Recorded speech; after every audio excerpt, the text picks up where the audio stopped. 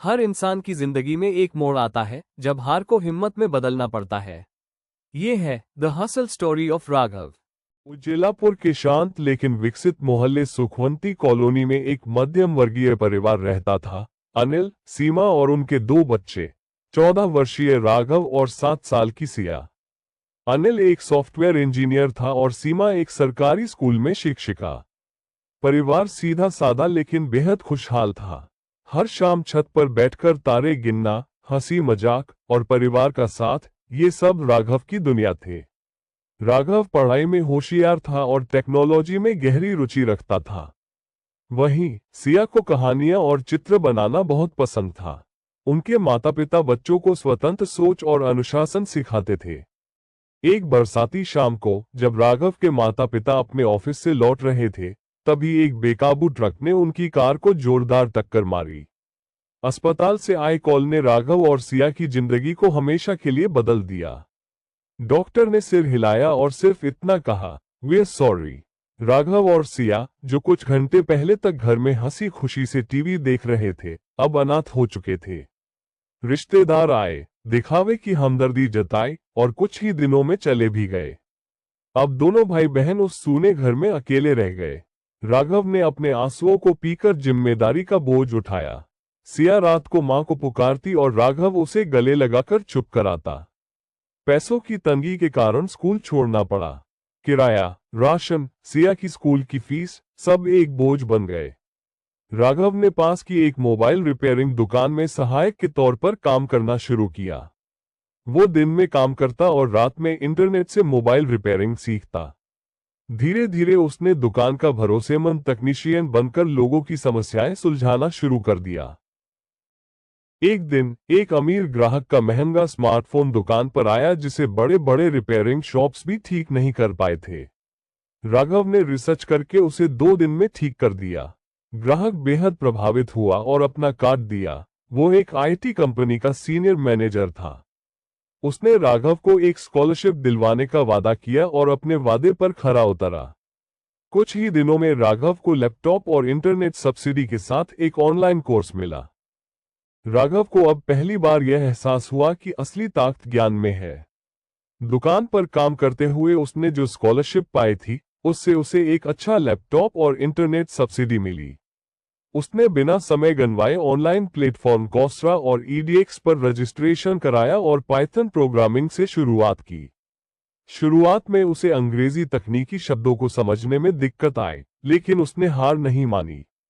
वो YouTube पर उन विषयों के हिंदी एक्सप्लेनर वीडियो देखता, शब्दों का अर्थ नोट करता और धीरे धीरे खुद को उस दुनिया में ढालता गया।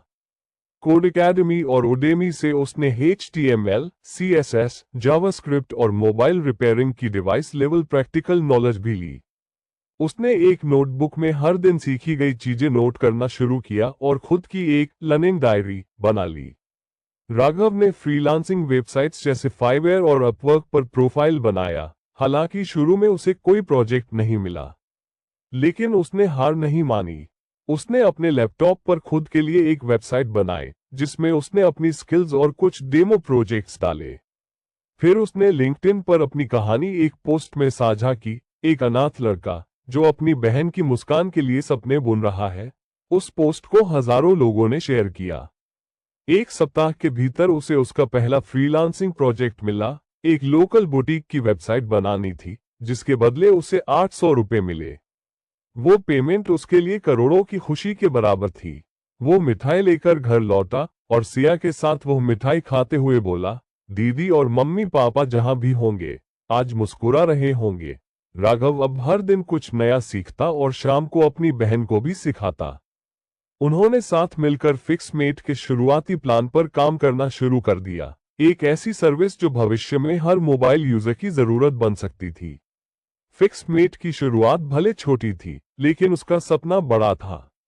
राघव दिन रात मेहनत करता। वो ऑनलाइन ऑर्डर लेता, ग्राहक से घर जाकर फोन उठाता और समय पर रिपेयर करके लौटाता। हर ग्राहक से उसे फीडबैक चाहिए होता ताकि वो सेवा को बेहतर बना सके। लेकिन इस बढ़ते उत्साह को देखकर दुकान का मालिक जलने लगा। एक दिन जब राघव किसी क्लाइंट की साइट पर गया था, पीछे से दुकान मालिक ने उसका लैपटॉप फॉर्मेट कर दिया। उसने सारा डेटा, प्रोजेक्ट्स और क्लाइंट की डिटेल्स हटा दी। जब राघव लौट कर आया तो स्क्रीन पर डिस्क नॉट फाउंड लिखा था। वो अवाक रह गया। उसकी आंखों के सामने उसकी मेहनत बिखरती दिखी। राघव का दिल टूट गया, लेकिन उसने हार नहीं मानी। उसी रात जब वह बैठा रो रहा था, सिया उसके पास आई और बोली, भैया, हम दोबारा शुरू कर सकते हैं, है ना? वो वाक्य जैसे उसके जीवन का पुनर्जन्म बन गया। अगले दिन से राघव ने एक कोने में बैठकर फिर से काम शुरू किया। उसने पुराने क्लाइंट्स को कॉल कर माफी मांगी, बताया कि उससे धोखा मिला। कुछ क्लाइंट्स ने सहानुभूति जताई और उसे दूसरा मौका दिया। उसने क्लाउड पर काम स्टोर करना शुरू किया और इस बार पहले से ज्यादा सुरक्षा बरती। फिक्समेट का मॉडल नया और अनोखा था, घर बैठे स्मार्टफोन रिपेयरिंग की सुविधा। लेकिन शुरुआत में ऑर्डर कम थे। कभी कभी पूरा दिन निकल जाता और कोई ऑर्डर नहीं आता। इस दौरान राघव ने डिजिटल मार्केटिंग के वीडियो देखना शुरू किया और खुद ही सोशल मीडिया पेज बनाकर प्रचार शुरू किया। एक दिन एक इन्वेस्टर का फोन आया। उसने फिक्समेट का इंस्टाग्राम प्रोफाइल देखा था और डेमो मांगा। राघव ने एक वास्तविक ग्राहक को सर्विस दी और फीडबैक रिकॉर्ड कर भेजा। इन्वेस्टर इतना प्रभावित हुआ कि उसने 25 लाख रुपए की फंडिंग ऑफर की। लेकिन इन्वेस्टर की एक शर्त थी, तुम पढ़ाई भी जारी रखोगे। बुनियाद मजबूत होगी तो इमारत टिकेगी। राघव ने उसी दिन ओपन स्कूल की रजिस्ट्रेशन फॉर्म भरी और तय कर लिया कि अब वो एक साथ दो जंग लड़ेगा, पढ़ाई और कारोबार। अब राघव की दिनचर्या बेहद कठोर हो चुकी थी।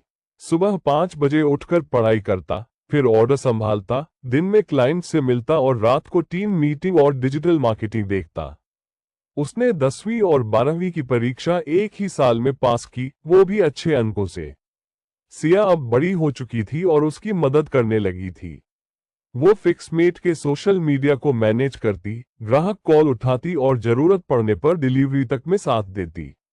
भाई बहन की ये जोड़ी अब एक स्टार्टअप चला रही थी, जिसमें जुनून था, भरोसा था और अटूट विश्वास। फिक्समेट अब एक टीम में बदल चुका था। शहर के दो और युवक, जय और अमित, राघव से जुड़ गए। दोनों पहले अलग अलग स्टार्टअप में काम करते थे, लेकिन राघव का दृष्टिकोण और मेहनत देखकर उन्होंने फिक्समेट में पार्टनरशिप कर ली। फिक्समेट की लोकप्रियता अब स्थानीय सीमाओं को पार कर चुकी थी। शहर में जब कोई स्मार्टफोन खराब होता तो लोग दुकानों की बजाय फिक्समेट ऐप खोलते। राघव ने एक निर्णय लिया, अब वो केवल मोबाइल रिपेयर नहीं, बल्कि संपूर्ण इलेक्ट्रॉनिक सर्विस सॉल्यूशन देगा। उसने एक नई कैटेगरी जोड़ी, laptop repair, home appliances repair और ऑन साइट कंसल्टेशन। फिक्समेट की टीम अब 3 से बढ़कर 25 हो चुकी थी। हर सदस्य का चयन राघव खुद करता और उसका पहला सवाल होता था, तुमने जिंदगी में सबसे बड़ा संघर्ष क्या किया है? एक दिन फिक्समेट को नवशक्ति शहर के एक बड़े अस्पताल से बल्क डिवाइस मेंटेनेंस का कॉन्ट्रैक्ट मिला। यह अब तक का सबसे बड़ा कॉर्पोरेट प्रोजेक्ट था। राघव ने पूरी टीम को एकजुट किया, सौंप तैयार की और 15 दिनों में वह काम बिना गलती के पूरा कर दिया। इस प्रोजेक्ट के बाद फिक्समेट को मीडिया में जगह मिलने लगी। एक दिन एनडीटीवी ने लाइव इंटरव्यू के लिए बुलाया। जब एंकर ने पूछा, आपके पास कोई एमबीए नहीं, कोई फॉर्मल डिग्री नहीं, तो कैसे संभालते हैं इतना बड़ा नेटवर्क? राघव ने उत्तर दिया, बिजनेस चलाने के लिए सिर्फ डिग्री नहीं, जज्बा और जमीन से जुड़ा अनुभव चाहिए। मैंने सड़क से सीखा है, गलियों से सीखा है और अपनी बहन की भूख से सीखा है। इस जवाब ने सोशल मीडिया पर हलचल मचा दी। वो वायरल हो गया और फिक्समे को देश भर के युवाओं का समर्थन मिला। फोर्ब्स इंडिया ने उसे टॉप 30 अंडर 30 में शामिल किया। आईआईएमएस और आईआईटीएस में उसके केस स्टडी बनने लगे। हार्वर्ड बिजनेस रिव्यू ने उसे स्ट्रीट ग्रिड सीईओ का टाइटल दिया। सिया अब पूरी तरह से फिक्समेट की ब्रांड डायरेक्टर बन चुकी थी। वो विजुअल स्टोरी टेलिंग की ट्रेनिंग लेकर ऐप यूआई यूएक्स से लेकर सोशल मीडिया ब्रांडिंग तक देखती थी।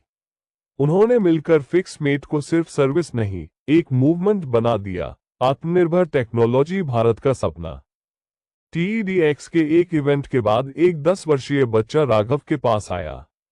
उसने अपनी मां का हाथ पकड़ रखा था और मासूमियत से बोला, भैया, मैं भी आपकी तरह बनना चाहता हूं। राघव की आंखें नम हो गईं। उसने उस बच्चे को गले लगाया और कहा, बिल्कुल बनोगे, बस कभी हार मत मानना। उस रात राघव घर आया और माता पिता की तस्वीर के सामने एक दिया जलाया। उसने तस्वीर की ओर देखा और बोला, माँ, पापा, आज मैं वही बन गया हूँ जो आप चाहते थे, न केवल सफल बल्कि मजबूत। वो मोमेंट सिर्फ उसका निजी नहीं था, वो उन सभी के लिए था जो हार के बाद जीत का सपना देखना नहीं छोड़ते।